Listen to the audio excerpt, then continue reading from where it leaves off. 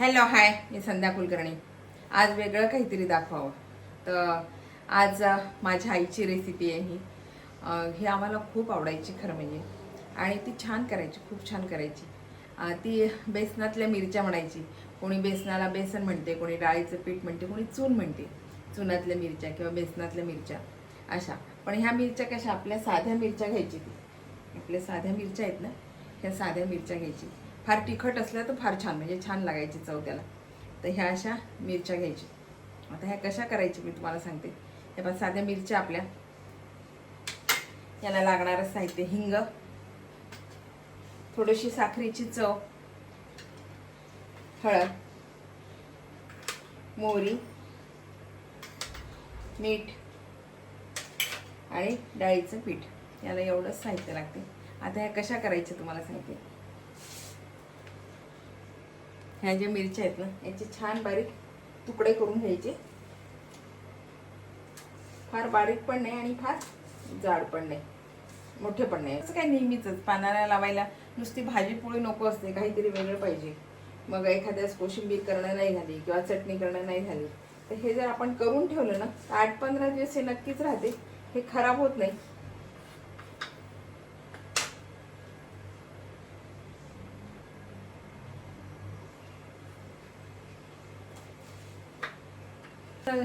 तिखट पाहिजे असेल तर ना अजून मिरच्या घ्यायच्या. अशा काळपट हिरव्या आहेत, त्याच्यामुळे हा खूप तिखट असतील असं मला वाटतं. ते खुरसने मिरच्या सारख्या प्रकार आहे तो. त्या खूपच लहान असतात ना खुरसने मिरच्या, अगदीच एवढ्या एवढ्या असं. ह्या थोड्या मोठ्या आहेत पण खूप काळपट आहे, काळपट हिरवे आहेत त्याच्यामुळे. आता हे छान मी तुकडे करून घेतले मिरच्यांचे.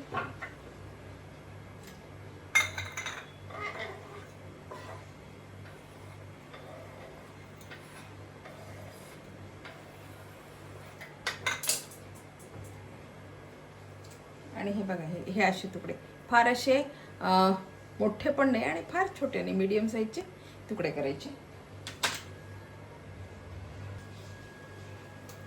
आणि थोडं पाणी, थोडं पाण्याचं शिपकायला लागेल म्हणून थोडं पाणी.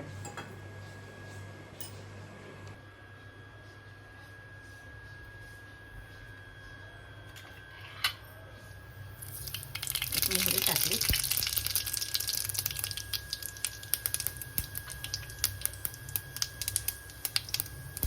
थोडंसं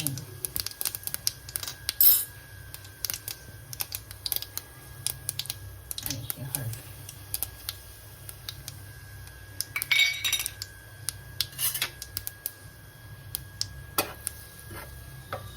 आणि लगेच मिरच्या टाकून द्यायच्या.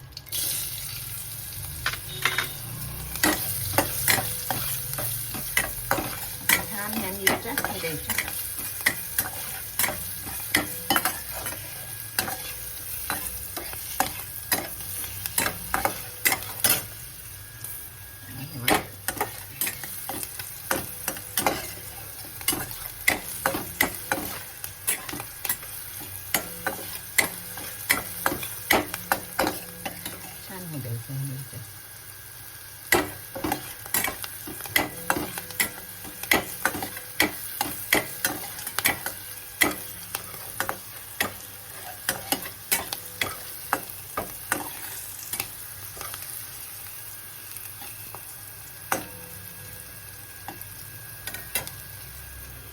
आणि आता आहे ना,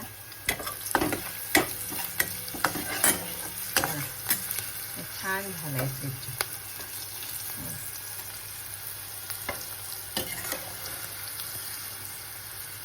आता हे डाळीचं पीठ आहे ना, हे घालून द्यायचं.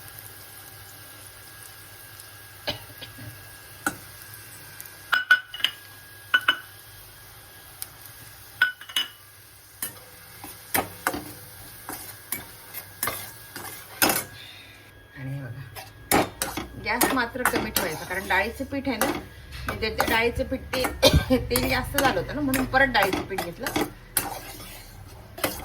आणि हे छान भाजून घ्यायचे मिरच्यामध्ये. खरपूस छान वास आला पाहिजे याचा.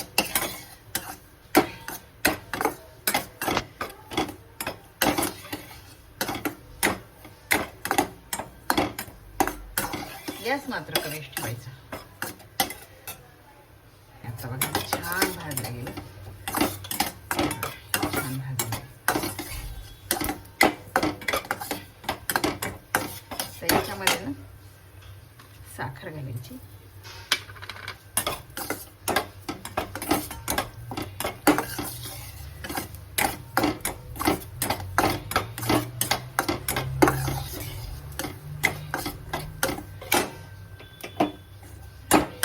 बंद केलं, थोडंसं लागू द्यायचं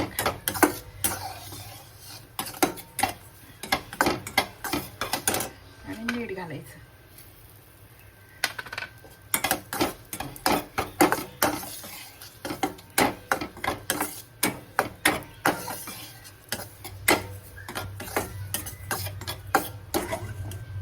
तर याला आहे ना थोडा पाण्याचा शिपका मारायचा, थोडा मारायचा, फार नाही मारायचं, आणि झाकण ठेवायचं याच्यावर. आणि बघा झाकण काढते आणि हे आपले हे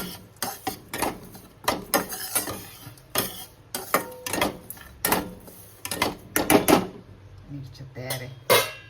आणि हे बघा आपल्या ह्या बेसनातल्या मिरच्या म्हणा, चुन्यातल्या मिरच्या म्हणा, आपल्या ह्या तयार आहे. ह्या आपण चटणी कोशिंबीर कशी पाण्याला लावतो तशी हे खूप सुंदर लागते. याच्यामध्ये थोडी साखरेची चव घातली आहे आणि मीठ. इतकं छान लागते ना हे भाजलेलं बेसन, छान तेलामध्ये हिंग वगैरे घातलं, हिंग हळद, इतकं सुंदर लागते ना. आणि ह्या मिरच्या खूप छान लागते. हे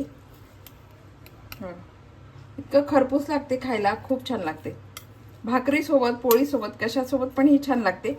भातासोबत तोंडी लावायला खूप छान आहे हे.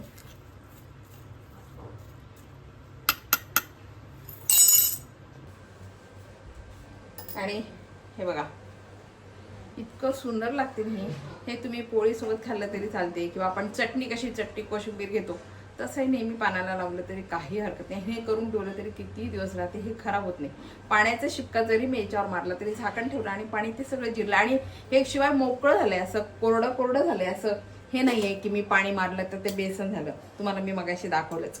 हे बघा इतकी छान याची चव लागते ना, कारण हिंग वगैरे सगळं आहे याच्यात. खूप छान लागते चव. हे एकदा करून बघा तुम्ही. आणि साध्या मिरच्या आहेत आपल्या, तिखटपणा पण असतो, थोडंसं हळद हिंग असतं, सगळे चव याच्यामध्ये असते. तुम्हाला थोडंसं लागलं तर आमचूर पावडर, तुम्ही लिंबू म्हणा आमचूर पावडर घालू शकता. पण याच्यामध्ये आमच्याही काहीच घालत नव्हती आमचूर पावडर, किंवा लिंबाचा काही प्रकार घालत नव्हती, म्हणून मी प्रॉपर आमच्याही करत होती तसंही केलं. बघा ही तुम्हाला रेसिपी कशी वाटली, आवडली का? आवडली असेल तर लाईक करा, शेअर करा, सबस्क्राईब करा, म्हणजे माझे असे नवीन नवीन व्हिडिओ तुम्हाला बघायला मिळतील. बाय. आणि हे नक्की करून बघा बरं का. साधी सोपी रेसिपी, याला काही मेहनत लागत नाही. आणि सगळं घरातलंच सामान. आपण मिरच्या नेहमी आणतो, डाळीचे पीठ घरात असते, सगळं घरातलंच सामान आहे आणि पटकन होणार. तुम्ही तव्यावर जरी केलं ना, पोळ्या लाटून घेतल्या आणि माझी रेसिपी पाहून तुम्ही तव्यावर का होईना 4 मिरच्या टाकून करून बघा. एवढंसं खूप, पण साखरेची चव घाला बरं का, थोडी साखरेची चव घाला, मग छान लागलं नाही ते, खूप सुंदर लागते. बाय.